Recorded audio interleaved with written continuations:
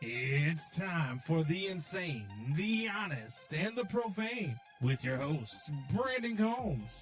Jed Hoyer has been a coward as a GM. He doesn't go out and he doesn't make the big splash signings. He doesn't spend the money in the right places. But then I don't let Craig Counsell off the hook because, yes, did he get put in a bad spot with this rotation by Jed Hoyer? Absolutely. But then you didn't put those guys that you did have in a position to succeed in the playoffs. And Ryan Fitzgibbons. I mean, if he's just as good as Justin Fields, it's probably the worst draft pick in the history of Bears football. It probably is. And one of the worst draft picks in the history of the NFL. It's Combs and Fitz, Windy City Sports Talk, right here on ChicagolandSportsRadio.com.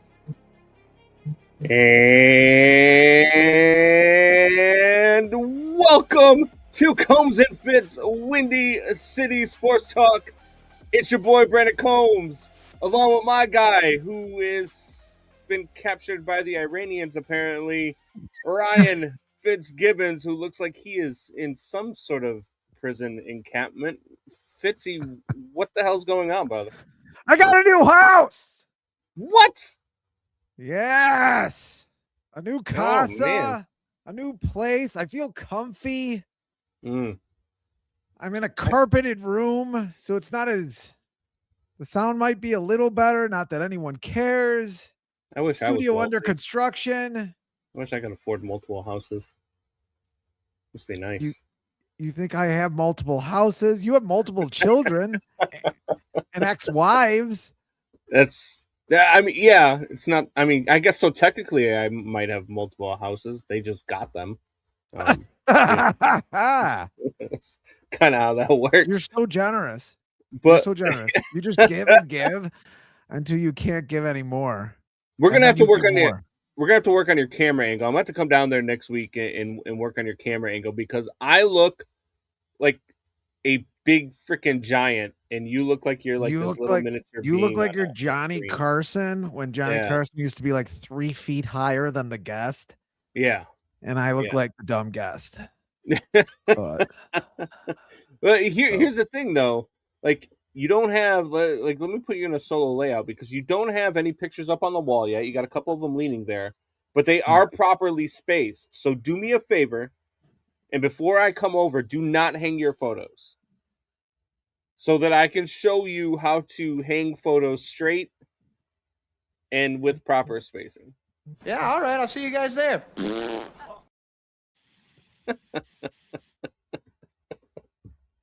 I'm just trying to help you out. I'm trying to help you out so that, all of the listeners, your sister, Jeremiah, Doubting Thomas aren't just giving you flack week after week after week. But, it's good, man. I'm happy for you. I'm happy you're in your new house. I'm happy you're comfortable. And next week I'll come there and you can finally take care of my steak dinner. we'll get some ideas together. We're Yeah. gonna have a real studio in here, baby. Absolutely. But the World Baseball Classic is back, and it is in fuego. Not trying to be responsible for tying this game. Instead, he'll give Venezuela the lead. Gone! The moment of a lifetime for Will Europe. Ready? He might have sent this to Caracas. Holy cow. Fastball. Watch this. He might have sent this to Caracas. That is unreal. The crowd. Dude, look, and we've got another USA Canada matchup. I don't know if anybody out there is watching this, but the Paralympics gold medal hockey game is on right now, USA versus Canada. So we got another USA versus Canada gold medal game, by the way, which the US is winning again. Canada can't beat us in anything. But I love what the World Baseball Classic has been. Look, I understand. We're gonna get into Team USA and Mark DeRosa and some of this stuff, but one of the things that a lot of people have talked about has been a big topic of discussion is the atmosphere of the World Baseball Classic, especially when it comes to a team like Dominican Republic, Puerto Rico, Venezuela, in all of those, Caribbean countries.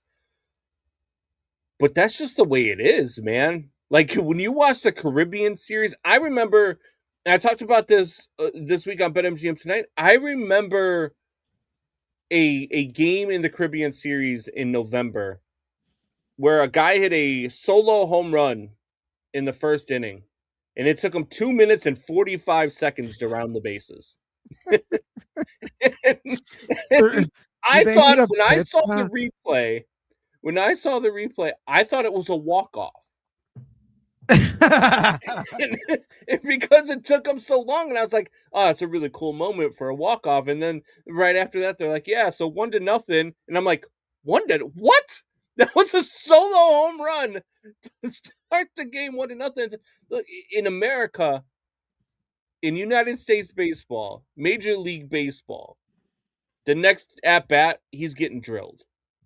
Or the guy up after him is getting drilled. And that's the difference between playing baseball in some of these other countries and playing baseball in America, or kind of really, to be honest with you, sports in general in America. You're not allowed to have that type of energy. You're not allowed to have that type of excitement when it comes to your games and when it comes to your sports. If you see a kid in Little League now hit a bomb and pimp it, he gets yelled at by the coaches and by the parents. Over there, they don't do that. Like they celebrate, man. You just hit a home run. You might not ever hit one again. So celebrate. And it's okay. And that's what I love about this series, man, is that it is so much fun. It's a ton of fun to watch. I love seeing guys, like Wilyer Abreu. Yes. I mean, what a moment for Wilyer Abreu. For that guy too. And you shared the other day about the electrician who pitched 4 or 5 innings. Yeah.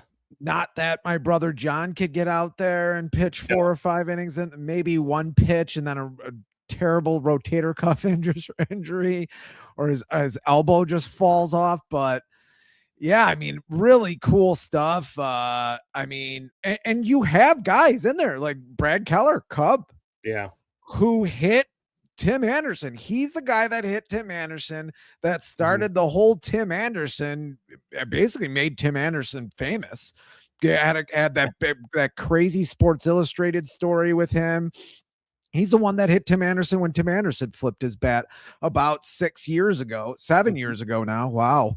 And you have John Schmaltz, who is sort of an old time baseball don't celebrate guy. John Schmaltz could definitely celebrate when he did something on the mound. It's just the batter can't celebrate, which is really weird. It's a double standard that is stupid. Like that you could see within minutes in a game. Like you could see a pitcher get pissed at a batter for getting a hit or hitting a home run and celebrating. But then the pitcher in the same inning could have a strikeout and celebrate and motherfuck into his mitts and whatever. That's why I always said that if a pitcher intentionally throws at a batter, and they know, when a pitcher is intentionally throwing at a batter, we all know when it's intentional. The pitcher should have to stand on the mound and let the batter throw the bat back at the pitcher. Why not? Seriously, like the way these guys throw out. You're throwing a weapon at me, but if I throw a weapon back at you, I'm getting suspended and I'm getting fined. You might get suspended for a day or two now in today's baseball, but back then you weren't getting suspended. It was part of the game. It was seen as part of the game. I still watch guys break up double plays by damn near fracturing guys' legs 5 feet after the bag. Like I still, and people, well, that was baseball when it was baseball. I love this game. This tournament has been so much fun. It's been a great kickoff again. Baseball season 3 years ago was the same thing. Yeah, we're only 10 days away from opening day. I know, crazy. Doubting Thomas, if I'm the Little League coach, I'm throwing at the next kid. Exactly. And he's got a Steven Seagal with Steven Seagal's painted Fu Manchu as his profile picture as usual. Combs Jr. Hey, Combs Jr. Studio under construction. Yes. Yeah. Andrew Howard. Hello. I think Andrew Howard's new. Yeah. What's going on? You got a new listener. All right. Mikey P, my guy, my new co-host on our Saturday baseball show, Going Yard. I've got too many platforms. Oh, God, Jesus Christ. Humble brag. The worst humble brag in the history of humble brags.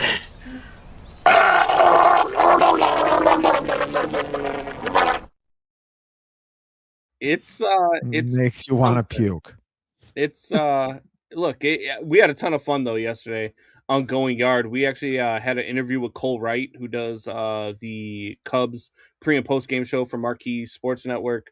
Had him on the show. Fantastic stuff from him, by the way. He's a great dude to have a conversation with. So definitely check that out on the I've heard Craft Alex Sports Cohen Network. calling some Cubs spring training games. Yeah, which is cool. Our old buddy, we had an interview with him last year. Yeah. Maybe he'll come back on this year. Who knows? He's a lot busier, and we talked to him that day when we had him on about him, getting a larger role within the Cubs organization. So it was kind of cool to hear him on. I heard his voice in the background, and I was like, I know that voice, and then it was him. So pretty cool. Yeah, no, and Alex is that guy now. Look, I called him up for an interview with BetMGM Tonight, probably about 6 months ago. And he's like, yeah, if you could just do me a favor and reach out to the Cubs PR team. He's like, I'd be happy to come on. They just have to set it up. I was like, oh, you got guys now. We got guys. He's got guys now. Call my people to call your people, and Megan, don't TV, act like a batter charging the mound isn't effing amazing, snowflakes. No, I love when a batter charges. Yeah, I mean, that's talking part of the game, and I don't even mind when a pitcher throws at a guy or gets mad at it. But don't tell me it shouldn't be a part of the game for a batter to celebrate. I just said you could do whatever you want. I literally just said that if a batter gets hit with a baseball on purpose, he should be able to throw his bat at the pitcher on the mound without punishment. And you want to call me listen with your ears, Megan. Listen with your charge the mound, and the pitcher is 6'5". Do not go at his legs, a la Robin Ventura. Yeah. Just, try to knock him down some other way, because that did not work out for Robin Ventura that well. Bets you look like Dad's Oompa Loompa. Oompa Loompa. I should have got some of Donald Trump's makeup going. I shall call him Mini-Me. Daddy, can I go out late tonight?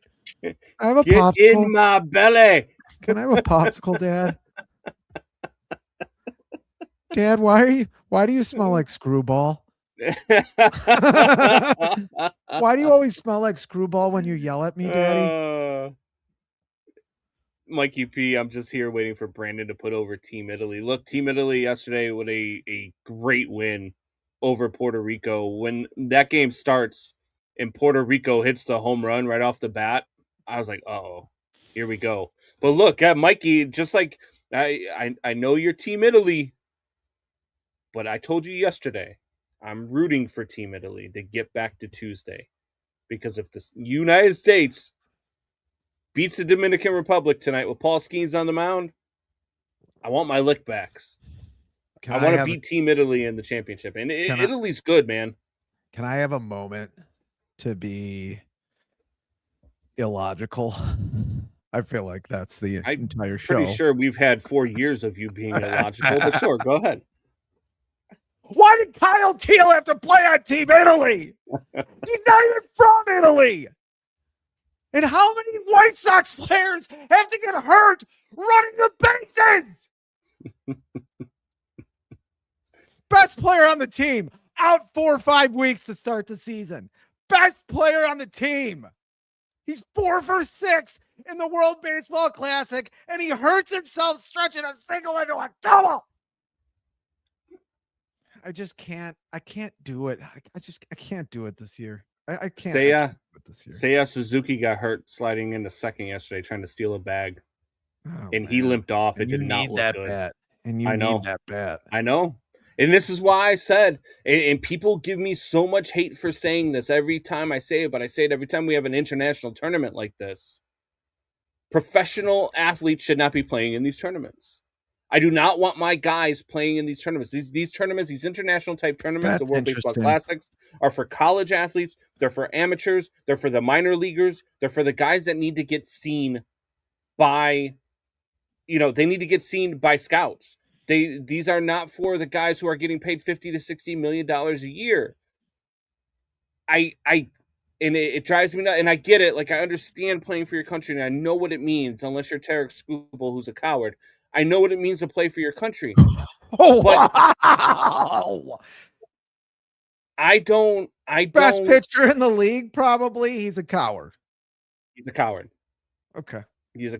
We can get into that. He's a coward. You can. Clearly, you don't pay attention to my Twitter, but that's okay. Well, I'll forgive you. I commented on one of your Twitter posts. Yeah, like I didn't get a comment back. Yeah, well, because Anyway. Oh man, I'm Team Fitz with all his energy. Brandon, you need energy. That energy, Mike. I got a new coffee maker that grinds the beans and then makes the coffee. So I just keep drinking coffee, and I'm not really a total coffee drinker. So I've had like 4.5 cups today. Mike, he's also on the he's also on the mic for 1 hour a week. So he gets to build up all of this energy. That's got 2 mics now. About that? If I do 2 mics for an hour, does that count as an unbelievable? Ryan, did you draw a little hammer on your construction sign? I did, Megan TV. Thanks for noticing. You're the only one that notices. God forbid my partner notice anything. I noticed that I put into this show. God forbid he notices that. Trust me, I noticed. You traced it. I did not trace it. I did it literally. Oh yeah, you did. Before the show started. You traced that little hammer. I hate you. I just hate you. And I have to sit through a steak dinner with you next week. You do. Steak dinner you won off of me. Yeah. Why did I win that steak dinner? Because you bet against our Bears. I did it because the Bears won when you picked against them. So you trust me. When I say steak dinner, I am going to pick out the best steak that money can buy because you bet against it. If this was just like a bet on the Cubs, Sox for the whole season, who has a better record, I would take it easy on you. But you bet against the Bears while we were doing a Bears pregame show. So you deserve every bit of this. Oh, why wouldn't I mean? I'm gonna always tell it like I see it. And that was the Philly game. Wrong. It was the Eagles game. They were going into Philadelphia. Mm-hmm. They had just a couple weeks before lost to the third string quarterback for the Ravens. Yeah. Just a couple weeks before. There's a few weeks before then. No one thought they were gonna win. I did. It's not like I took points or anything. I just had them losing. Brandon's high quality steak is at Waffle House. It used to be. Steak I was in the Marine Corps. Yeah. Get a steak and a waffle and a couple lines of Coke, and we'd be good. Oh, wow. That went off the rails. Anyway. So yeah, no, World Baseball Classic has been great. We are 10 days away from Major League Baseball's opening day. You got the Yankees and the Giants in San Francisco on the 25th. That will open the season. And then on the 26th, everybody plays. Look, it's early. Baseball at Wrigley on March 26th. What do you want to bet? Snowed yesterday. I was just gonna say, what do you want to bet? 30 degrees and snowy on opening day. Yeah. I mean, there's videos from through years of that. And now we're starting seasons 4 or 5 days earlier.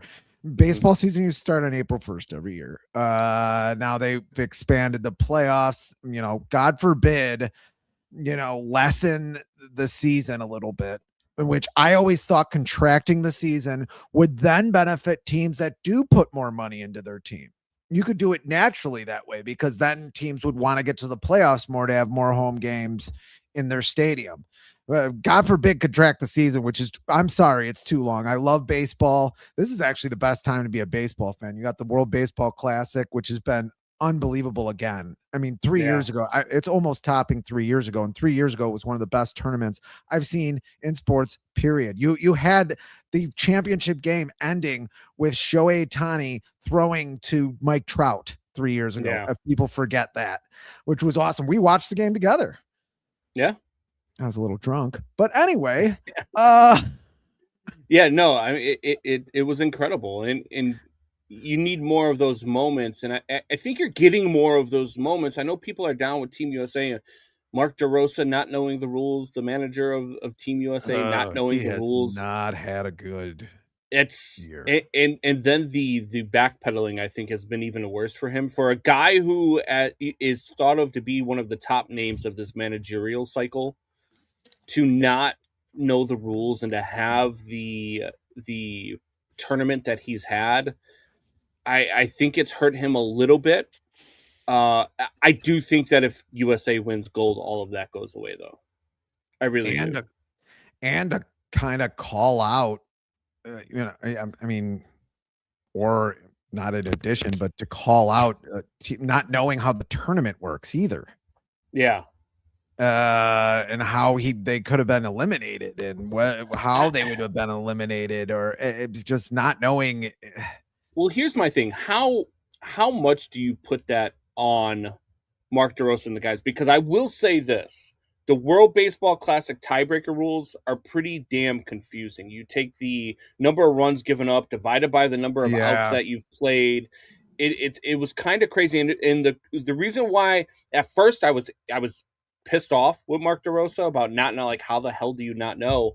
And then what happens is that morning I'm on Coaching Company, that Monday morning, and I think that the Team USA needs Mexico to score 5 runs. So I tell Jonathan Coachman, hey, we just need to get 5 runs from Mexico and we'll be good. And he's like, no, you're wrong. We need Italy to score 4 or less. And I was like, wait, what? I said, no. I said, I'm reading an article right here from USA Today, which broke it down. And it literally said the games that the ways the USA would lose is anything 4-0, 4-1, 4-2, 4-3, 4-4, any of those numbers by Team Mexico or Team Italy wins. So I was like, yeah, so we just need Mexico to score 5.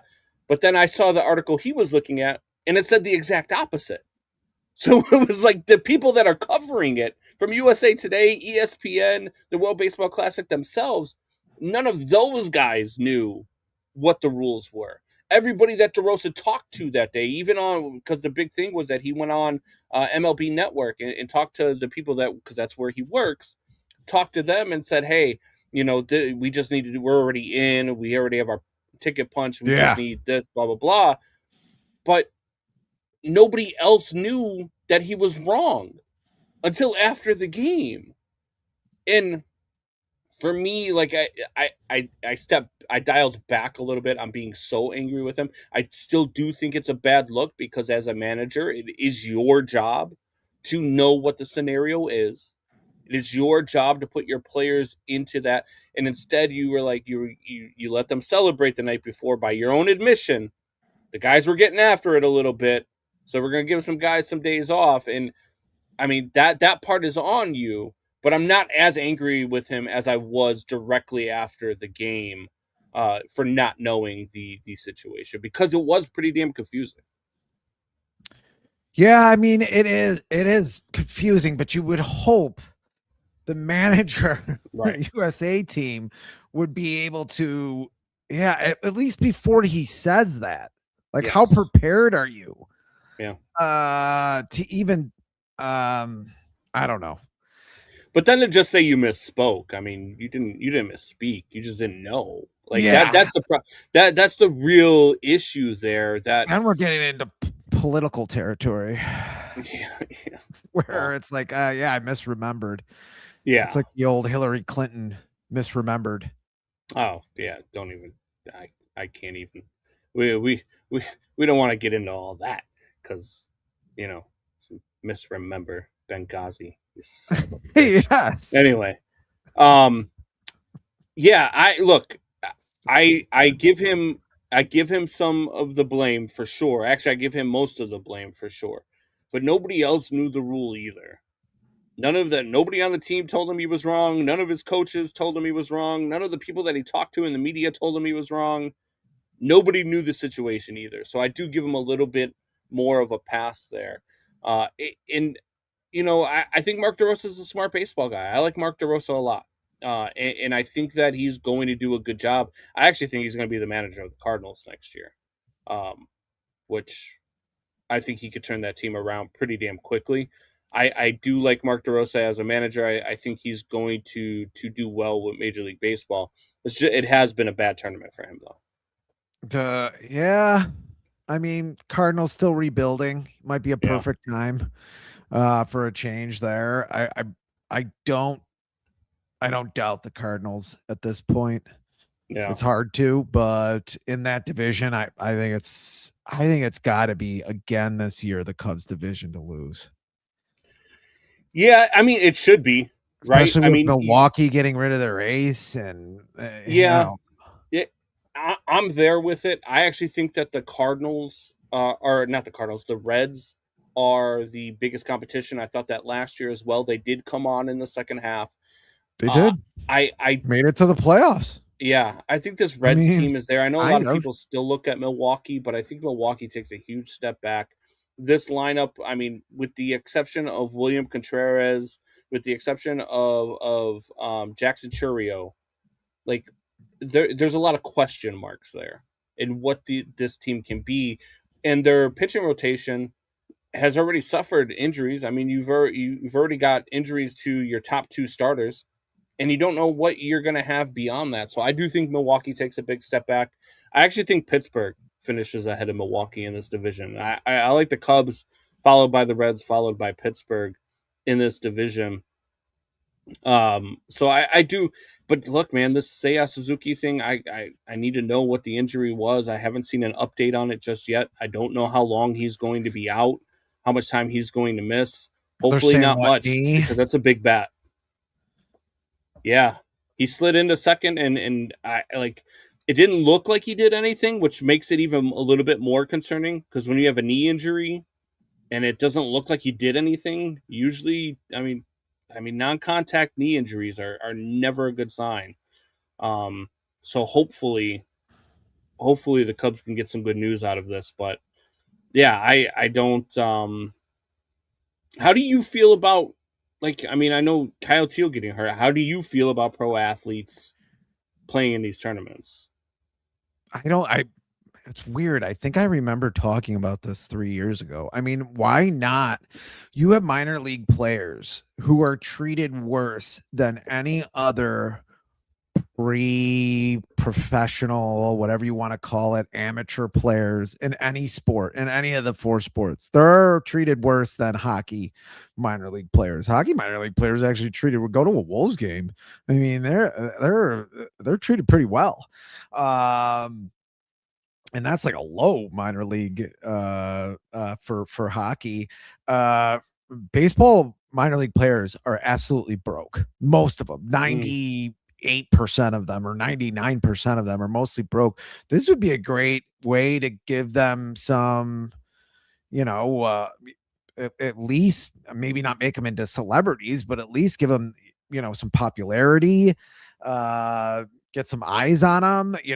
It could be good for the teams as well. I just think you'd have to get other countries in on that and have fun with that, especially the way the world's going. A lot of people not liking each other out there when it comes to internet. But yeah, I mean, I think going amateur would be great. I mean, they did do it in the Olympics when baseball used to be in the Olympics. Robin Ventura was, I think, on one of the last Olympic teams.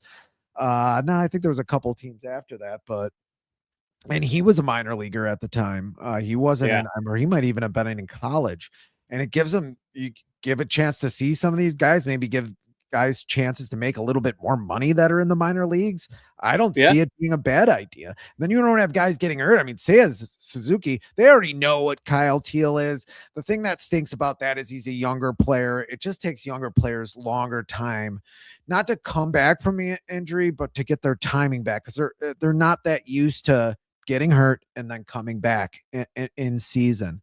Especially at the beginning of the season, you do not want that to happen to a young guy. And then maybe he gets hurt somewhere else. They just don't know their bodies as well. And you don't know it as a training staff. Hopefully Seiya Suzuki, and with a knee like that, that's tough. But at least you could know what Kyle Teal is going to go through. It's going to be, 4 to 6 weeks. You'd think it would probably be less, but with a catcher, you're thinking a month and then rehab time. Like we're probably not going to see him till May, which And it's also for a May. team that, to be honest with you, they're not competing for a playoff spot. You know what I mean? No. So to lose Seiya Suzuki for a team that's expected to win their division and maybe compete in the National League, there's a lot of people out there that are talking about the Cubs being the second best team in all of baseball next to the Dodgers. So that's a big bat to be losing. And with a team that has a chance to compete, like I said this before the tournament, I said this before any injuries, and I've said this for a few years now. Could you imagine how, like, look, I know how we all feel about the Dodgers and the way that they spend money, but we would agree baseball's better when Shohei Ohtani is playing, right? Like the sport itself is better when Shohei Ohtani is on the field.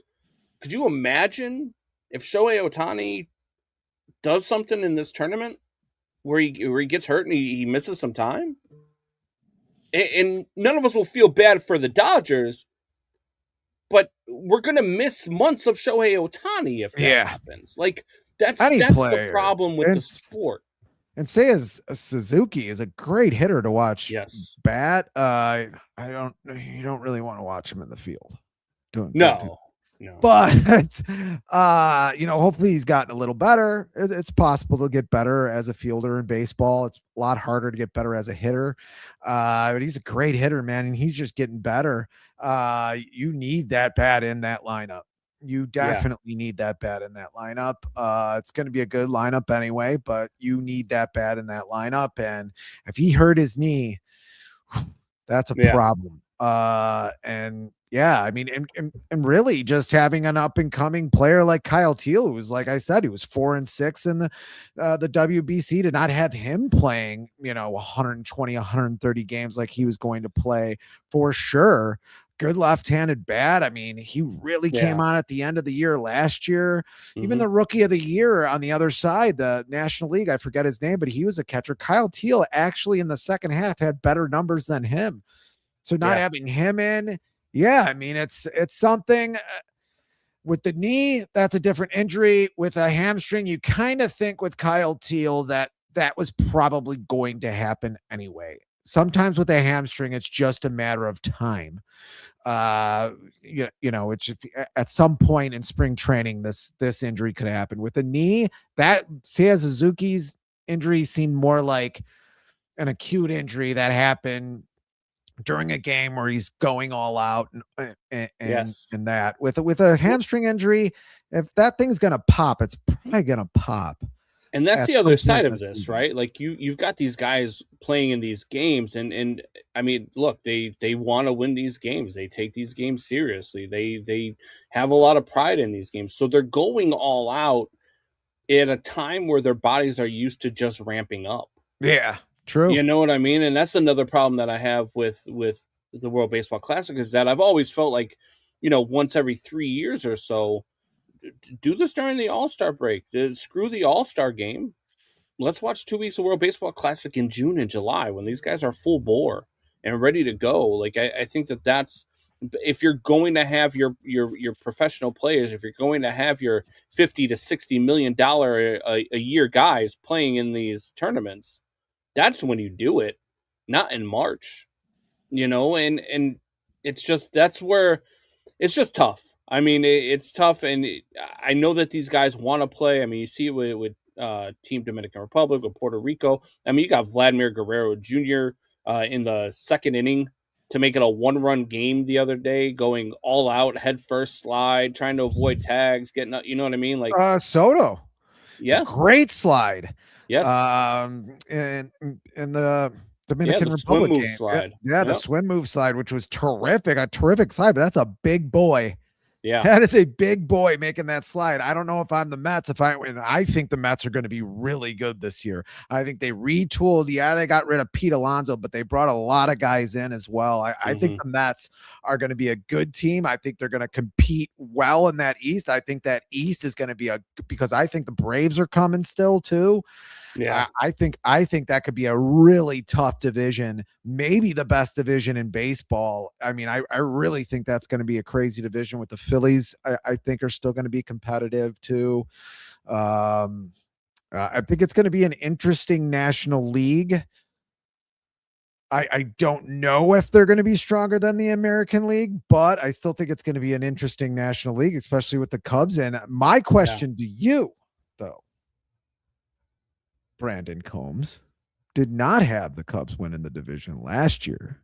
Mm-hmm. He had the Reds winning. Milwaukee ended up surprising everybody. Yeah. Who Best do you record in have? baseball. Are you ready to predict who wins the NL Central this year? Yeah, the Cubs win the NL Central. I mean, I think the Reds are their closest competition. I think the Cubs win somewhere like 94, 95 games. And I think that the Reds are somewhere in that 88 to 90 win mark as well. And I think it's going to be a competitive division. I think the Pirates are going to be better than people think. I think the problem with the Pirates is the lineup, right? Like, we don't know how many runs they're going to be able. Their pitching staff is really good. The Pirates pitching staff is Even after borderline elite. Skeens. Even Yeah. after Skeens, yeah. Yeah. So I like that. But for me, it's the Cubs and the Reds, and then everybody else. So yeah, I have no problem predicting the Cubs to win the division this year, and they should. And if they don't win the division, I mean, they're probably dealing with a ton of injuries. Yeah, which could be a problem. That's my only worry, is that pretty much from a fielder perspective, from from non-pitching perspective, you were okay last year. You didn't have a lot of injuries, and now we already see one injury, Seiya getting hurt. Is there going to be another big injury? I mean, Pete Crow goes down. That'd be a big injury, not just from an offensive perspective. I don't think he'll hit as many home runs, but he'll be around the same pace. I just think from a defensive perspective, that really hurts you too. And yeah, I think that, the Cubs have one of the better defenses in all of baseball, top to bottom. I mean, there's not a much better outfield. There's definitely not a much better defensive center fielder in the game than Pete Crow Armstrong.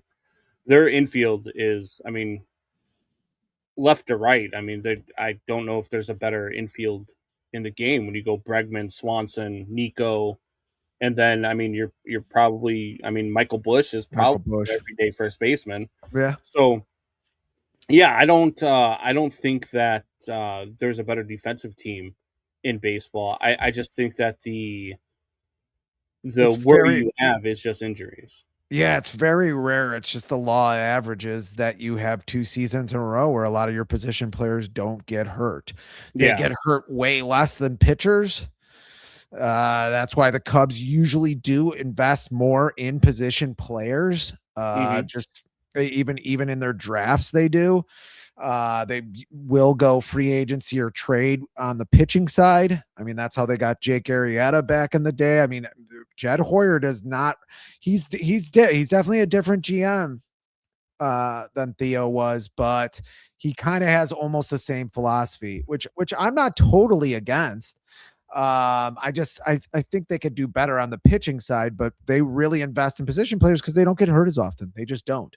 But 2 years in a row, not almost having nobody be hurt for a long period of time just doesn't usually happen 2 consecutive years in a row. We'll see if it does. I mean, if Seiya Suzuki's out for a while, they're already going to be a little bit behind the 8 ball. I don't think he hurts you as much because he's not on that defensive side, like you were saying, as much. He was going to play some outfield for sure. I mean, he was going to play, 80, 90 games in the outfield, maybe a little less, but I just think 2 years in a row without having another position player get hurt might not happen. I think that's the only worry I would have. I have the Cubs winning this going away too. I think it's over 90 games. I think wins this division. Well, I mean, it's hard for me to bet that hard against Tito though. There in the Reds dugout. I mean, that guy just makes the playoffs, man. It's kind of inexplicable what he's able to do as a manager. And the Reds are an interesting team. They do have a lot of young talent. They don't spend a lot of money. So that's going to be a problem for them, but they're going to score some runs, the Reds, and we'll see where it goes. But I really think it's the Cubs division to lose. I remember Dad cut Holmes Jr. You want to read this or? I know exactly what he was talking about. This might have been one of the reasons why I got divorced. I remember Dad cut his date early back in 2015, 2016 when we were visiting Chicago because Arrieta was throwing a no-hitter. So we had come in to visit family. Wow. And my mom decided that she would watch the kids while we went out for a date night.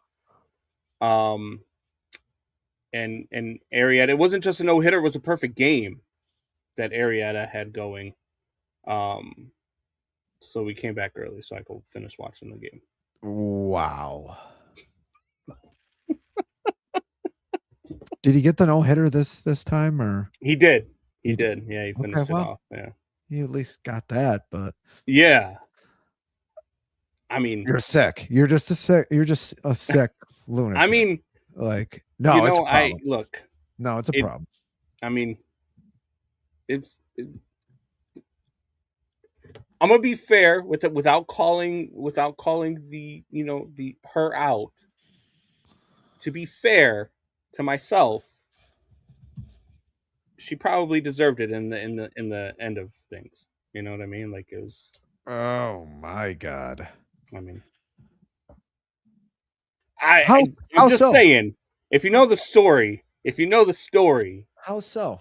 I mean, it's not that bad of a thing compared to the things that she ended up doing. That's how. Yeah, that's how. So I mean, compared to the things that she did during the marriage, that's probably a little bit all right with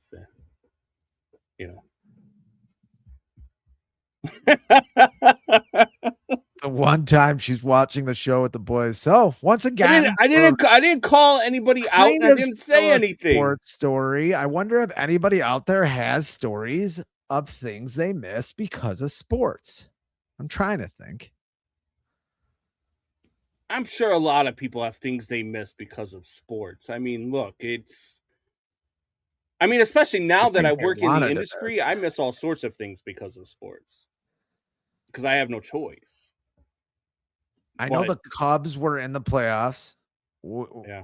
When I got married, the Cubs were in the playoffs. It was 2016. It was October of 2016. I think they were playing the Dodgers at the time. But they were way ahead. Some people were watching the game, but they were way ahead. They ended up beating up on the Dodgers in that series. I think that might have been the time where the catcher hit the grand slam for the Cubs. Well, no, if that was the case, then it was a 1-1 game when he hit that grand slam in the 8th. No, this was maybe. Yeah. But weddings kind of go late, so it doesn't. In those games end around 10. Your wedding doesn't end till like midnight. So I was in the bar the whole game. Thanks, Doubting Thomas. Thanks for being there for me, brother. Montero home run. Yeah, no, it was the Montero home run. So it was 1-1 for a lot of the game. I think it was. I mean, I wouldn't have even gone to your wedding. Okay, this what? It was WrestleMania weekend. She wanted to hang out. He said, no, it's WrestleMania weekend. What are you, out of your mind? You think I'm going to go over and see some girl when I can watch dudes in tights for a weekend? What are you kidding me? WrestleMania, Combs Jr. Come on. It's not so bad that you have it. It's that you gave it to your son. That's what's bad. Is that you gave it to your son. It's like what? It's like that old drug commercial where the dad finds drugs on the kid and he's like, Dad, he's like, why are you doing this? He's like, I learned it from watching you. Look, his love of sports and his passion for sports, he definitely gets from me. Him and I had this conversation last week. His looks, for the most part, minus the fact that he hasn't had a haircut or shaved in about 7 months, he gets from me. And that's too bad. And his love for and passion for sports, he gets from me. His, maybe his everything else he gets from his mom. His attitude, his anger issues, all from his mom. You're gonna be out. I'm just gonna say this to Junior. You're gonna be out watching your sports game. You're gonna ditch your wife, and you're gonna come home. And you're gonna come home to this.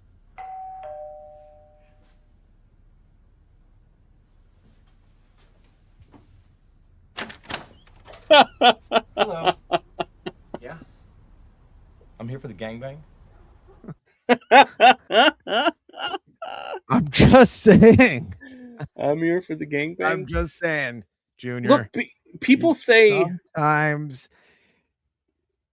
sometimes sports are not everything. Sometimes sports are not everything. I mean, you disagree. I do.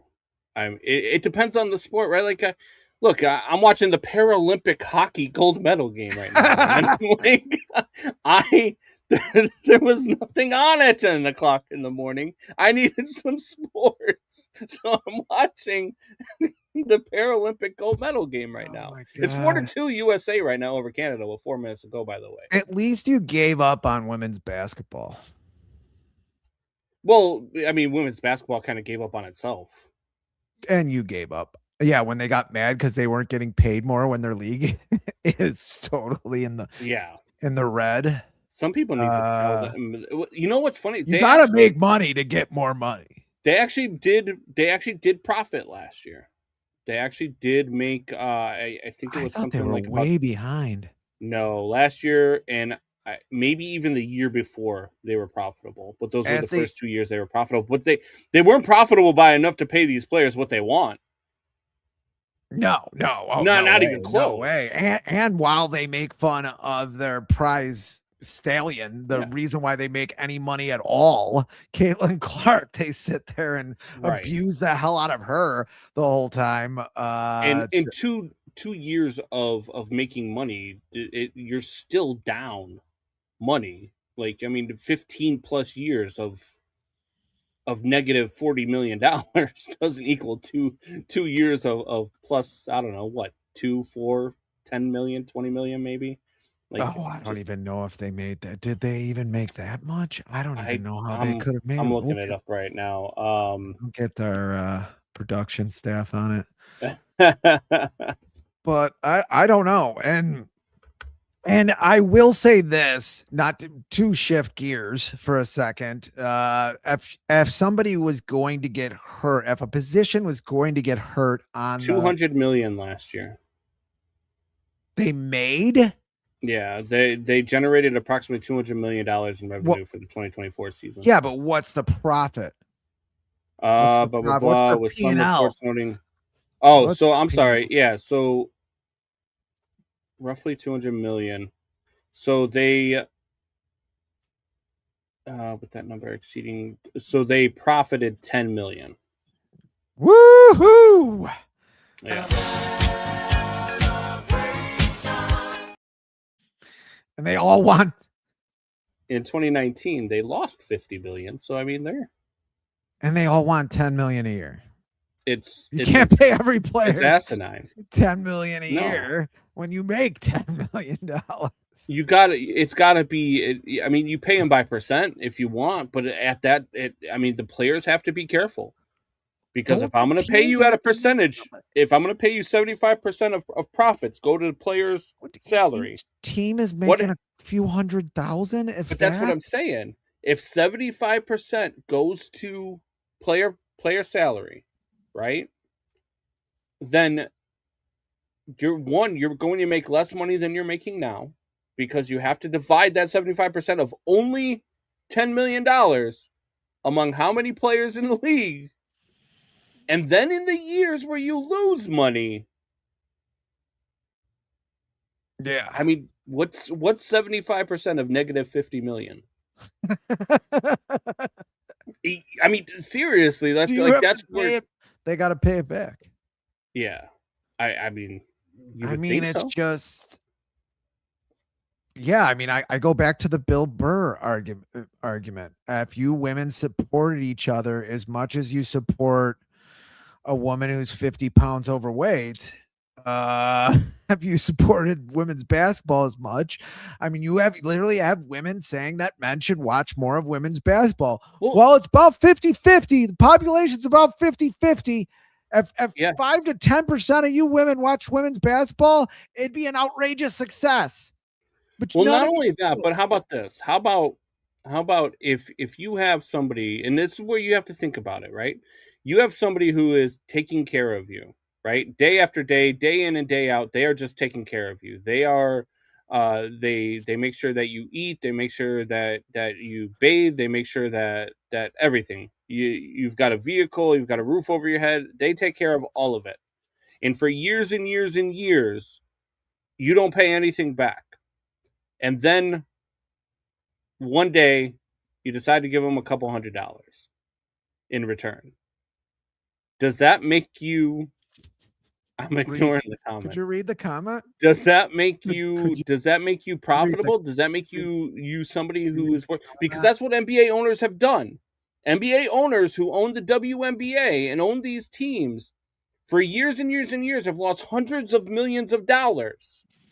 And in the year after you make 10 million, you want more money? Yeah, exactly. Like, Exactly. If I'm an NBA owner, I'm telling you to go to hell. I'm go fine. I disband the league. I don't care. What am I doing? I'm losing money anyway. They're defraying costs from the NBA to prop this league up. Yeah. And down times, whether they make money or lose money, let's be honest, the product sucks. Yeah, I mean, you could say the college. Is it that much worse than the NBA? You could say the college basketball. I don't know, man. The NBA had a good year last year. Dude, it's kind of hard. I just watched a man score 83 points because his team was fouling the other team with 5 minutes to go just to get extra possessions to get him to the record. Yeah, that doesn't make the entire league phony. I mean, there is a lot of. I mean, I also think the gambling allegations in the beginning of the season, where they tried to say, "Oh, this is the Trump administration coming after us." It's like, you guys shaved points. Yeah. And probably a league where you can manipulate the score easier than any other league. Yeah. I mean, it's so much harder in the other leagues to do it. It's so much easier in basketball to do it. It's happening again too to your league. Yeah. And then you brush it to the side like it didn't happen. And now nobody can believe what's going on in your sport. But all of that being said, it was a great year, I thought, for the NBA last year, because you didn't have a lot of these super teams in the playoffs. I think that made for a better product. The NBA playoffs last year, no one could. I mean, they were very popular and they were good. They were athletic. Well, that's when these guys start playing basketball. That's when these guys care about the product. That's when these guys start playing the game again. That's why the NBA playoffs are so much fun, because we don't get that during the regular season. We get guys taking days off because of cramps. Meanwhile, we've got Olympic skiers, female skiers in their 40s that are skiing downhill with torn ACLs. So I don't want to, like, this false equivalency. Regular season product is so bad. It's so bad that even the players don't want to be there. You've got guys like old heads that are coaches now that are calling for less games in the season, saying that the season is too long at 82 games. It depends. By the way, it's 80 less games than Major League Baseball. I know. It depends on the game. It does depend on the game that you're watching in the regular season. It depends. Who's playing who? Is it a conference game? Is it, closer to the So we had the last Nuggets half of versus the the Spurs the other day. Two of the best teams in the West. You had the Nuggets versus the Spurs. The final score was 136 to 131. That used to be the NBA All-Star score. Yeah, it did. Was it a good game in terms of the score? Because it was a close game? Sure. But there was no defense being played the entire night. Yeah, but watch some of those games when it was like 83 to 78 from the 90s. Those were not exactly fun games to watch either. Well, they were, because they were defense. It wasn't because guys weren't trying. Guys were going to the lane and getting their heads taken. There was a lot of half-court boring offense going on too. There was. The talent per player in the NBA now is much better. You might say the top half talent or the top 5% of talent is pretty equal to what it was 20, 30 years ago. But the talent up top to bottom is much better in the NBA now. And a lot of that talent is going to go to the offense. I mean, every league, the offensive scores are going up, every single league. except for maybe baseball. But there's a problem going on in baseball with pitching's just dominating in baseball, and the football has taken a half a step back, but NCAA championship predictions. You got we Duke? can get there. I wanted to touch on that today. I just don't think that I can yet because the brackets haven't come out. Like, this is the thing that I say. It's hard. Like, we could have the conversation of how far do you think Houston is going to go. I mean, Houston defensively, I mean, they've shut teams down to under 60 points over 15 times this season. So I think that they're a good team. They're a team that I might play. But then if the bracket comes out and they're in the toughest bracket in the tournament, I don't. My opinion It's might hard. change. So I think, if you pay attention to the socials, like on my Twitter, I will have my bracket posted tonight because we're doing it for BetMGM tonight. We have a whole bracket thing. I will post everything so people can join that bracket pool, and so you'll know what my picks are. I think Florida's good enough to win it all again. I think Michigan can finally be a Big Ten team that finally wins it again. I don't think the Big Ten's won it since Michigan State in like 2000. No, Mateen Cleaves, if you remember that name. I think that there's like about. Here's the way I look at it: the top 20 teams. You haven't the said top Duke 20 once. teams are far above the rest of college basketball. But in those top 20, there's so much parity between those top 20 that there's a lot of schools that actually have a chance. I wouldn't be shocked to see UConn do it again. Like, so I have to see the way the bracket shakes out. There's a lot of teams. I've been watching the conference tournaments all week. There's a lot of teams out there that I think are good. I mean, look, the way that Arkansas is playing right now, they're going to be a tough out in this tournament. I mean, they might win the SEC today. It's really tough to say. I do want to see the way the bracket shakes out before I'm not going to give you an exact winner. If I had to pick right now without seeing the bracket, I'm going to tell you Florida just because they're the reigning champions and they're good enough to do it again. Not Duke, though. Duke's good. 32-2. They're just like shooting wise. They have a lot of off nights and they have a lot of days where they come out slow in the first half. And in the NCAA tournament, that can really, really spell disaster for you. Yeah, because they get nervous at the second half. I mean, that's a product that's taken a few blows. Yeah. NCAA basketball, because a lot of the best players don't spend as much time in college anymore, and it shows. It does show. I mean, you could say, yeah, they try hard, and it's like, okay, I can watch a pickup basketball game where guys are trying hard. The talent is not the same in the NCAA as it was when we were younger, and I'm talking about when I was in college. Derrick Rose was playing, as I was getting out of college on Memphis. He was at least playing 1 year. Now he's already in the NBA or what have you. And I mean, there was real talent in these tournaments. Well, now with the NIL and everything else, I mean, look, the NIL, I'm going to say this until I'm blue in the face. The NCAA has to get a hold on the NIL. I just don't know how they do it. I mean, it has gotten out of hand to the point where, I mean, they've got players now that are playing in the G League that are coming back to college to play for colleges. Like that how is that? I don't even know how that's a thing. You sign a professional contract, you're no longer a collegiate athlete. Like, it shouldn't be. Well, if you still have eligibility years and you want to go back to college, why can't you play basketball? Okay, so those are good stories. LeBron skipped high school. You want LeBron going back to college right now and playing college ball? LeBron never went to college. You think LeBron should? Let's put LeBron on Duke right now and see how that goes. That'd be kind of interesting to see. That's not that's not the storyline I want. I want a storyline where a guy, is 25, he's not getting a chance to play, he wants to go back to college, he goes back to college. And so you want a grown man to go back to college and play against a bunch of 18-year-olds to prove that he can play in the NBA and be a third or fourth stringer? Because guys do it all the time. I mean, guys do it where they're who's the last guy? Gibson. God, what was his name? He was on the Bulls for a while. He came out, he was like 24 years old. Losers do it. That's who does. Losers. He was 24 years old. I'll look up his name, but he played for the Bulls, and he played in the NCAA till he was like 24.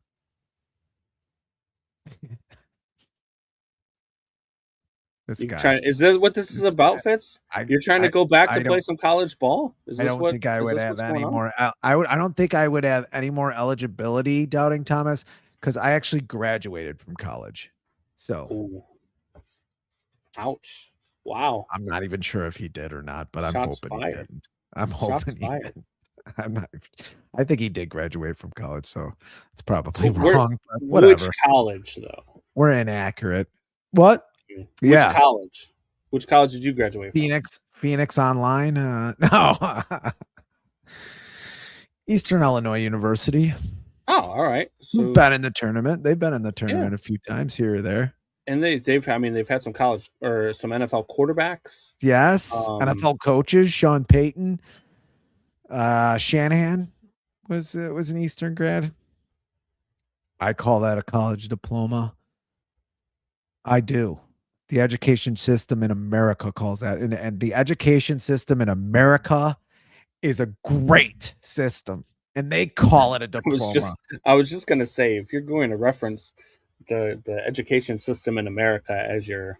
It is terrific. It is terrific, sir. You shut your damn mouth. You think you could come on here and wear your green Cubs hat because it's St. Patrick's Day and be like, look at me. I got a W on. Fly the W. We haven't even played a game yet. Meanwhile, why did they sign Bellinger, huh? Meanwhile, you traced your penis onto a freaking construction sign. Yeah, because it's a sledgehammer. That's why. Yeah, it looks like one. That's for sure. Unbelievable. It's probably why you're in an Iranian basement. Anyway. Speaking of Iranian basement, there is one more point I did want to make. We talked about Polymarket last time we were on. That's the betting site that does the, side bets and a bunch of prop bets, like crazy prop bets, like who's going to sing at the halftime show. They did have a prop bet and odds. First of all, I was an English major. Here we go. I don't know what that means. What, I can't speak. I guess I can't speak. But anyway, first of all, Polymarket had a prediction on the Iran war starting. Someone made a bunch of money off of that. How they knew, I don't know. I actually, that Chat GPT wrote this sign. However, Chat GPT wrote that. You son of a bitch. Anyway, getting my point, Polymarket did have on the Iran war, had a bet for that. Someone made a bunch of money that the Iran war would start on the date it started. I forget what date. I think it was like a Sunday morning at like 2 a.m. Our president comes up in a baseball hat, worse than yours, to say that we're going to start a war. But that's beside the point. Then they took it down, but it's a huge story. Polymarket had odds on somebody using a nuclear weapon in this war, which is really out of bounds. That's the weirdest prop bet I've ever seen. I mean, it's unbelievable. And somebody who sits on the board of Polymarket, Trump's son, if they do, you're not going to be able to collect. I know. What is going on with these it's just off the rails now with gambling. And we just talked about gambling with basketball. Yeah. It's just getting weirder and weirder out there. Like, why would you ever want to place that bet? Look, I won. Yeah. And now I can burn the fire in my furnace with the money I made, I guess. I don't know when the nuclear winter starts. Speaking of weird markets, the NFL market. Yeah. Has we can end there. Actually, I can't believe we haven't hit it. Yeah, let's talk some. Well, one, the Bears we could talk about too, Sure. but I want to start with the Max Crosby stuff. Yes. Just a wild turn of events with the Unbelievable. Max Crosby stuff, right? Like you have Crosby gets traded to the Baltimore Ravens on last Friday. Yeah. They go for a physical on Monday. Trey Hendrickson, mind you, is still on the market at this point. Yeah. And Max Crosby, all of a sudden, at 8 o'clock on Monday night, the trade gets nixed because he didn't pass a physical. Mm-hmm. Now, I don't know about you, but he just came off meniscus surgery, and everybody in the world knew it because he posted on his Twitter photos of the meniscus surgery. Now, he wasn't going to pass a physical. At least I mean, probably not. Yeah, and you have a GM who all of a sudden was like, "Hey, Trey Hendrickson's still on the market. Trey Hendrickson's probably going to cost you about $10 to $12 million less per year, and you don't have to give up 2 first-round draft picks to get him." Now, he's not the same quality as Max Crosby, and at never 31 was. years old, I don't think 3 that years you want older. him for 4 years. Yeah, I don't know what he was thinking. I mean, maybe he had something on Polymarket where he bet that, the Max Crosby trade would not go through. I don't know.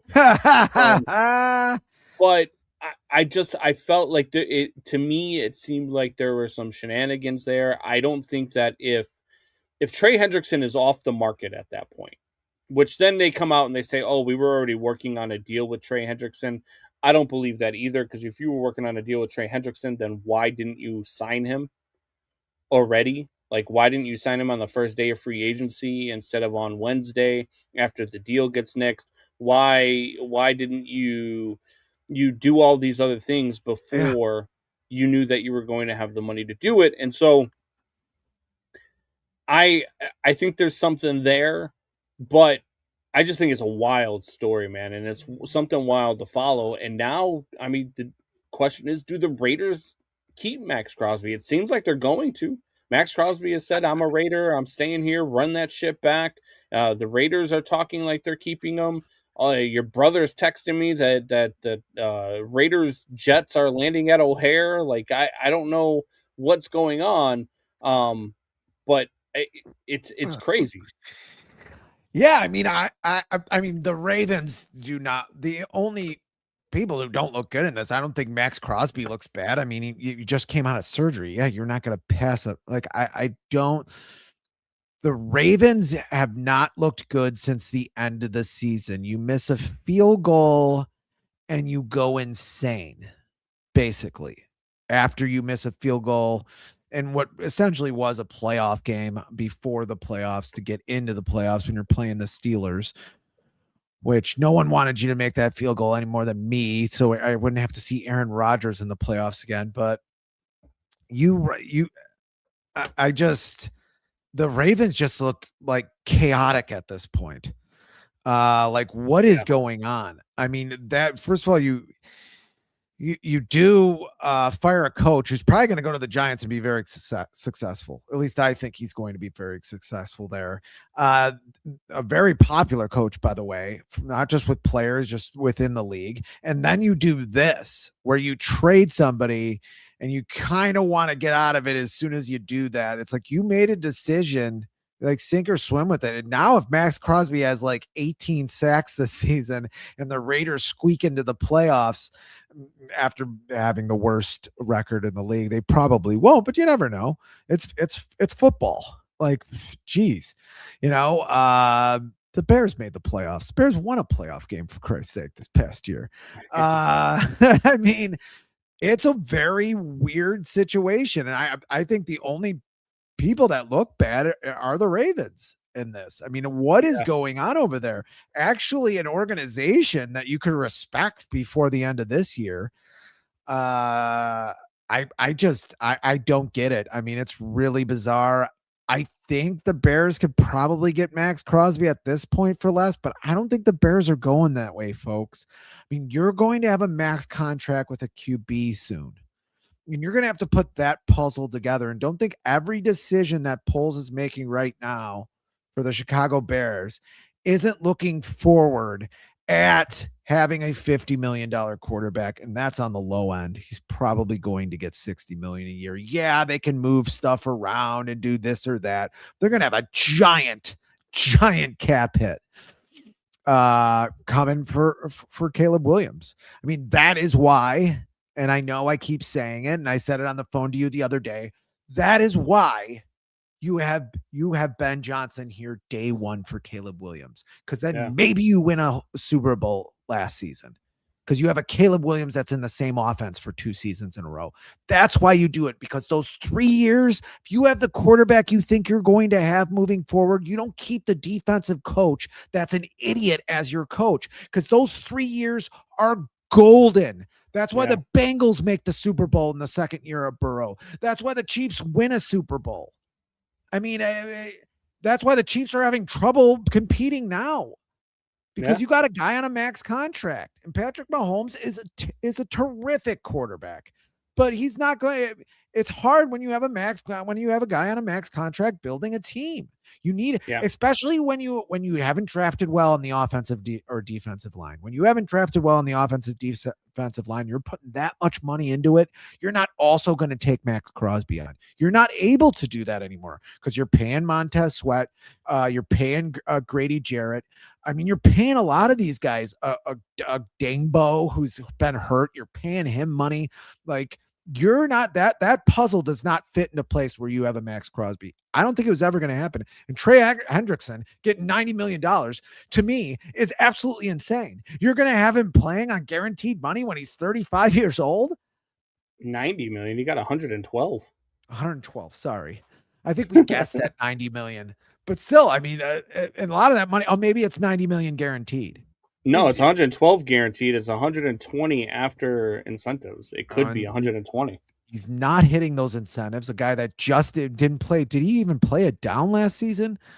I mean, you got a problem here. I think that's a big problem with that contract. You were never going to sign Trey Hendrickson either. You got to hit in the draft. You just have to hit in the draft now. And you need you're probably going to need a safety to bring along now that you didn't. Now that you didn't sign Brisker. He did play last year, 7 games. He had 4 sacks, 11 solo tackles, 1 forced fumble in those 7 games. Okay, 7 games. I don't know. Yeah, where I missed that. That so inaccurate what I just said. Many things inaccurate, but you're correcting me as I go. Still, the philosophy is still the same. You were never getting Max Crosby. I mean, Doubting Thomas says they're still going to try to save him, but with the failed physical, who thought he was going to pass a physical after surgery? If I'm the Bears in this situation, I restructure the contracts that I need to restructure to create the cap space to go ahead and get Max Crosby. And I still offer the 2 first-round draft picks because there's nothing you're going to get at 24 this year or hopefully at 24 or later next year that's going to be better than the production you're going to get from Max Crosby off of the edge. And there's just not. Like, he is a game wrecker. And even if you're eating the last 2 or 3 years of his contract, like they will be with Trey Hendrickson, even if you're doing that with Max Crosby, this is your window right now for the Chicago Bears. So you go and you get that game wrecker. I have to show me the numbers where you're able to do that. When you're paying Jonah Jackson, when you're going to be paying Darnell Wright soon, when you're paying Joe Tooney, when you're paying all these guys to play on your offensive line, and then you flip it to the defensive line, the guys I just said, you're paying Montez Sweat, you're paying Grady Jarrett, they're going to be 35. Yeah, but they're exactly what's left on Max next year, right? Like, if I'm not mistaken, the Bears have a ton of money coming off the books next year, and they did that on purpose because of the Caleb Williams stuff.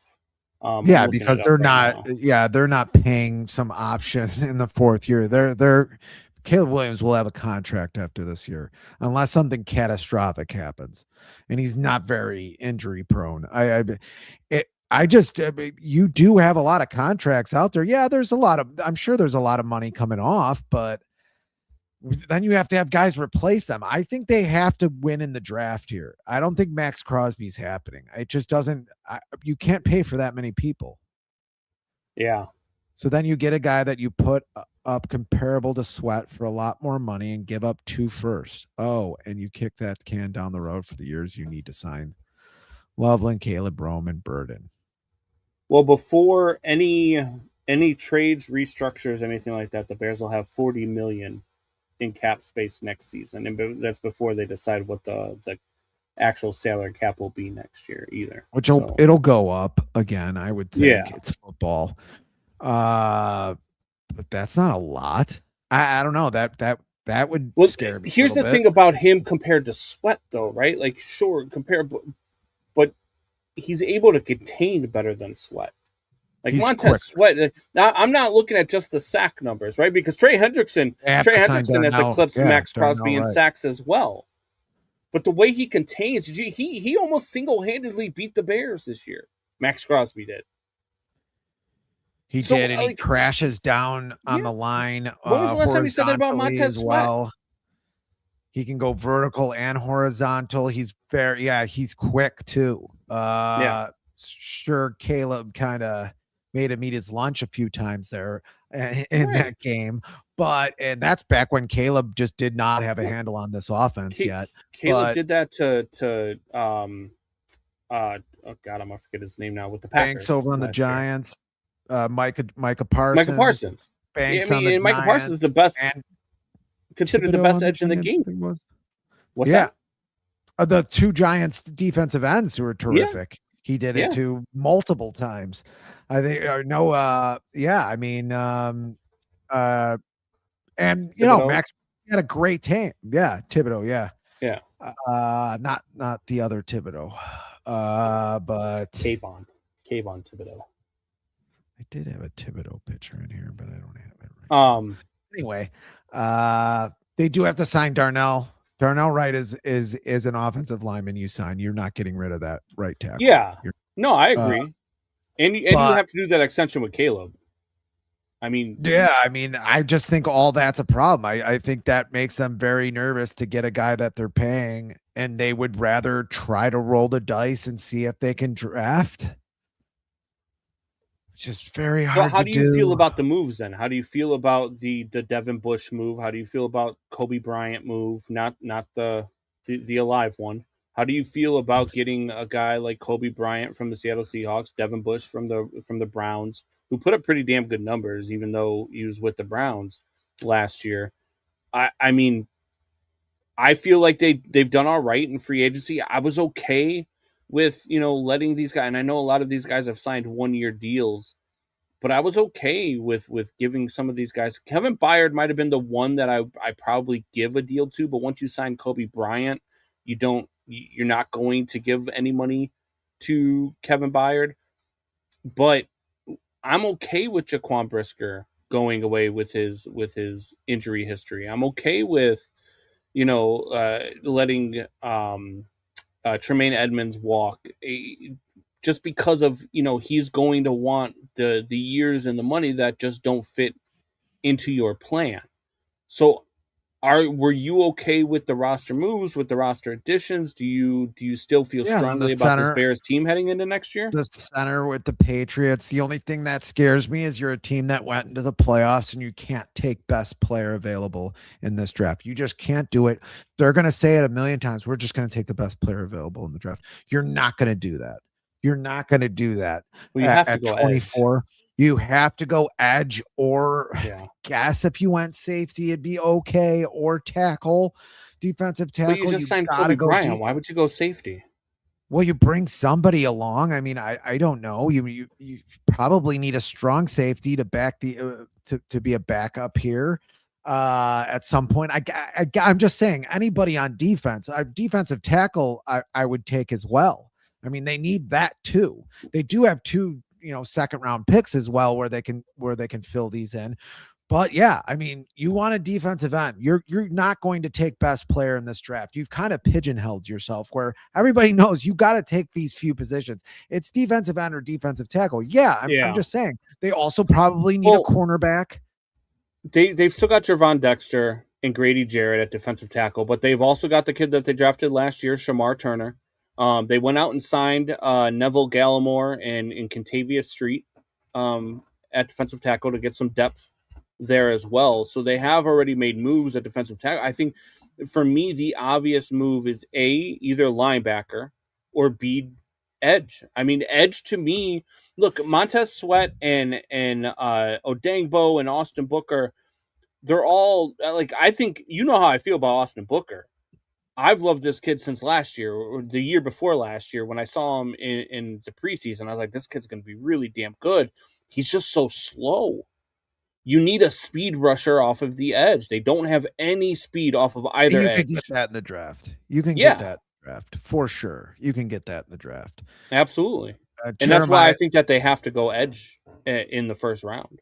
We haven't gotten to say this much, but the Bears are being smart. I know Crosby is better than Sweat. I'm just saying he's not Parsons. He's a really good player, but he's not great. I would say he's great. I would say he's a top 5 edge rusher in the league. But I do agree with them. They're being smart here. I don't think I would love to have Max Crosby. I'm not saying that.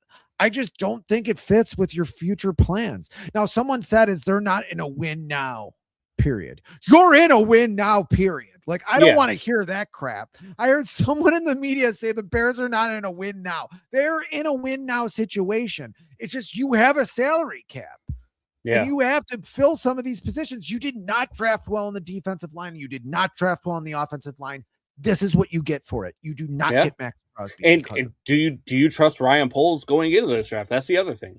Like, do we trust that Ryan Poles is going to make the right moves, the right call at 24 when it comes to which edge rusher he picks, which defensive player that he picks, or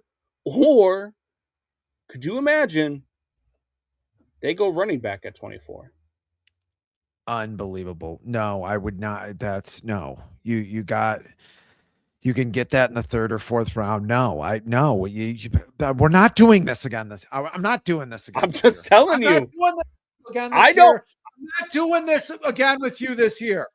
I'm not saying I want it. About a running back in the 1st round. Counting Thomas is 2 minutes away of bringing up Barry Sanders. I want an edge. But I'm just saying, would you trust Ryan Poles to not go that route, especially if there is a guy there at running back that looks like kind of a monster? No. I'm a hard pass. You need defense really bad. You got lucky that you had a pretty damn good defensive coordinator. And on top of that, you had some ball hawks, some advantageous turnovers. Really, you did. Some of those turnovers were great plays. Some of those turnovers were great plays. The 2 guys who had the most turnovers are gone. Nahshon Wright and Byard, who you are already mentioned. Both of them are gone. But, maybe Kobe Bryant, I've heard good things about him. I haven't seen him play a whole hell of a lot, but I've heard good things about him. But I don't know if you're going to have another season there where you have all these turnovers. You're going to have to stop some teams. You weren't able to stop teams. There were certain periods where you'd go a quarter or 2 where you're going to stop teams. You have to be able to stop teams if you're going to play better. That was a lot of the reason why Caleb's numbers weren't as good, including his completion percentage. That people don't. Let me ask you when this: you're playing from behind, when you're playing where your defense can't stop anybody, you're going for on 4th down a lot more. Your completion percentage is not going to be as good. Well, let me ask you this then, because Arvell Reese and David Bailey sweaty over here. They probably go in the top 10 or the top 5 of the draft, I should say. Arvell Reese might be the best player in the draft, the edge from Ohio State. David Bailey, the edge from Texas Tech, probably goes somewhere in that top 5 as well. Maybe to the Giants at 5. They could use another edge, or they might even go safety. If you're the Bears, do you trade next year's 1st round draft pick, the number 25 this year, and probably a 2nd round this year, or if not both of your 2nd rounds this year, to hop into the top 10 to grab a Reuben Bain Jr.? And I know people are talking about his arm size and all that stuff. I don't care. I watched this kid dominate some of the best offensive linemen that are coming out of this draft off the edge in Miami. Like, I mean, you're mortgaging your future, but you're getting that premier edge rusher at a prime age. That's a lot of picks. And you'll have him for 5 years on a rookie contract. Do you go and make that move for because that's what it's going to take. I mean, that's what it's going to take to get a guy like that. But if that's the guy that changes your defense, that takes you from here to here and makes you a legit Super Bowl threat, do you mortgage that? Or do you need too much if you're the Bears to give up that many draft picks? Better be. That's a lot of picks. You need that many picks to get up that far up in the. If you need that, I would say so. If you're hopping in the top 10, and why aren't I know you're doing it for the contract. I get that because it's a rookie contract. But why aren't you doing that for a for sure thing? Then what's the for sure thing? Max Crosby. Well, yeah, but because Ruben Bain Jr. is a lot younger, and Ruben Bain Jr. doesn't cost you $37 million a year. It doesn't. No, it doesn't. Yeah, you better be for sure. I'm a no on that, just at face value. Okay. I mean, is he gonna be a generational? I mean, I'm going to need something. I mean, he changes the face of your defense for sure.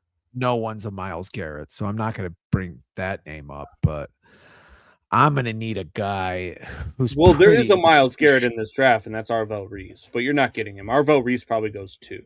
Yeah, but I don't know if you can call anybody a Myles Garrett. I mean, my mind, Arvell Reese is pretty damn very close. Few have been better than him, if at all. Yeah, but Reese is a dog. I mean, there's no planet where you can get up high enough to get Arvell Reese. I think he goes number 2. And to be honest with you, if the Raiders didn't have such a need for quarterback, I would argue Arvell Reese goes 1.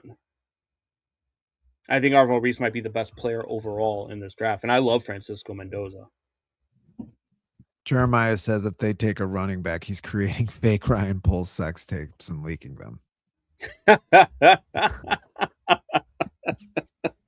I'm not having the running back conversation. I just think I think that if Jadarian Price is there at 24, I think that the Bears, because I know Ryan Poles, that's why I think that they have that conversation. Are your dogs barking? They are. They're upstairs running around playing with one another, barking. Troy Garvin says turnovers come in waves. Can't rely on those every season. I mean, some teams are able to do. I mean, we know Dennis Allen's defense usually does have a lot of turnovers. I mean, Lovie Smith did it for years here. Players would come in and come out and they would still get turnovers. Like some defenses that are geared towards turnovers do create more turnovers, but he does have a point. They do come in waves and you can't.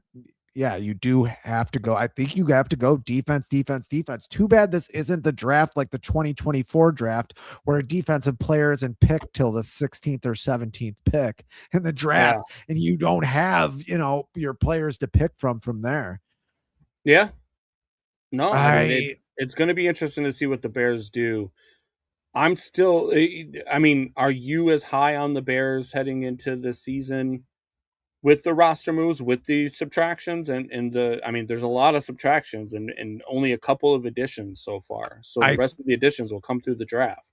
I think you have an offensive team right now for sure. I mean, I'm not saying anything, but you have a quarterback that's not going to play 8 games this season. And what I mean by that is I don't think he got it together until that Philadelphia game. And maybe even after that, Caleb Williams got it together this year that I owe you a steak for. I don't think they got the offense together until then, or even had an identity until then. Even then, that the identity had to change. But I think this year, going into this year, this is going to be a top 10 offense.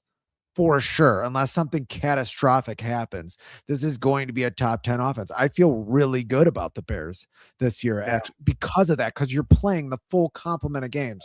Don't really tell me the strength of schedule. Yeah, some teams are going to be good every year, but there's teams that are going to be bad that were supposed to be good, and teams that are good that were supposed to be bad. It's the NFL.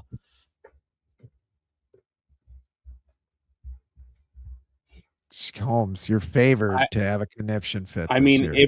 the Darnell Wright draft. I got to get that video. If they draft a running back at Bourbon Street, 200 people in the audience, you screaming about the Darnell Wright pick, which was a pretty good pick. I'd rather have Jalen Carter. I was wrong about that one.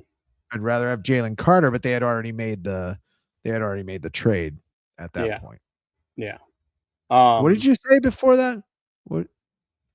If they draft a running back, I will definitely have a conniption fit. Oh, I will too. But Yeah, you said you said something else. I don't know.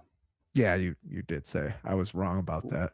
Oh yeah, no, I was wrong about the Darnell Wright move, but the reason why I had the conniption fit was because at that point I felt like I can't remember what it was. I knew that the Jalen Carter, I was okay with them not drafting Jalen Carter because of the issues that he had, and I didn't think they had the locker room to deal with the issues.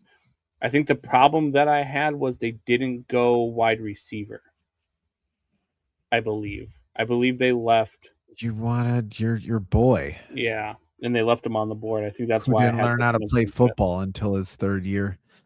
When you're a good team, you are the strength of schedule. You don't worry about it. That's a good point. Yeah.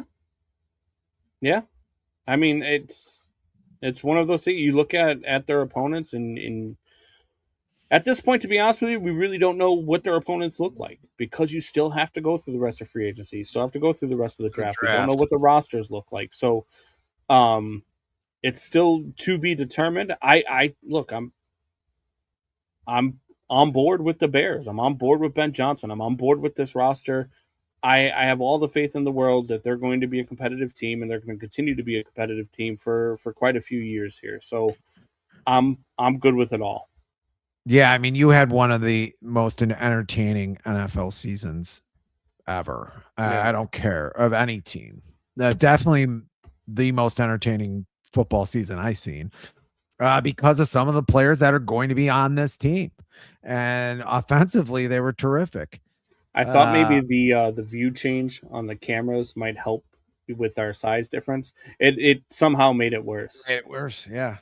Yeah, especially if I don't know if you can see we the both have vertical blue form. shirts on too. I think that makes it worse too. That we're both wearing blue shirts.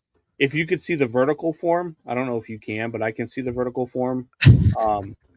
You look like you fit in my pocket, which I wouldn't mind that. Warm in there? Got any candy in there? I bet you there's candy in there. There's always candy in there. There's always candy in there. You sound like a pedophile. You sound like a pedophile. Are you ready to get the hell out of here? Yes. Let's get the hell out of here. Well, it's a great morning of talking. Now afternoon, we've got World Baseball Classic semifinals tonight. USA versus Dominican Republic. Paul Skeens versus that crazy Dominican Republic lineup. Hopefully, USA can finish this thing off. On Tuesday. We've got Selection Sunday today, so brackets will be coming out. Stay tuned for that. I will be posting the bracket that you guys can join. I'll fill one up. So until next week, same bat time, same bat channel. I'll be at the Fitz compound next week, so we can try to get his. It's gonna get weird. Trying to get his studio out of under construction. But see if we get there. Till next time, same bat time, same bat channel. Tell your friends, tell your neighbors, tell your enemies. See you later.